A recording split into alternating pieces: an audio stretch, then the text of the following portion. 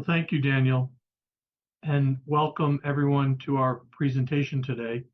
I'm looking forward to covering a bunch of material for you, and I typically, when I do this, and I've done in the past, prepare more material than we have time to cover so that you have kind of some comprehensive materials to refer to after the presentation.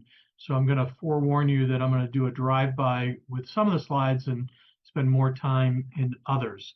Just real quickly about me, I'm an estate planning attorney based in Boston. Been practicing law for 38 years and am admitted in 5 jurisdictions: New York, Massachusetts, Maine, New Hampshire, and DC. And everyone knows that estate planning is an area of the law that has both federal and state issues, as well as marriage, which we're going to be talking about.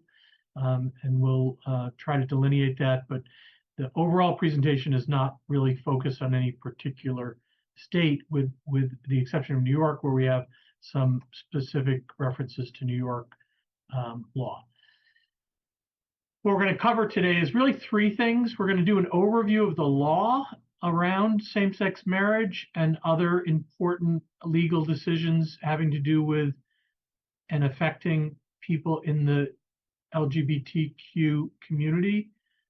I'm going to spend some time talking about some practical estate planning tips from a drafting standpoint and counseling standpoint, and then we'll focus particularly on the issue of whether to wed, which is the title of the book I wrote, and that's the concept of couples who've been together for decades and have long since figured out who's taking out the trash and who's paying for what, and now that, and it's been some time, that the availability of marriage is there, they often want to check with their lawyers about whether they should or shouldn't.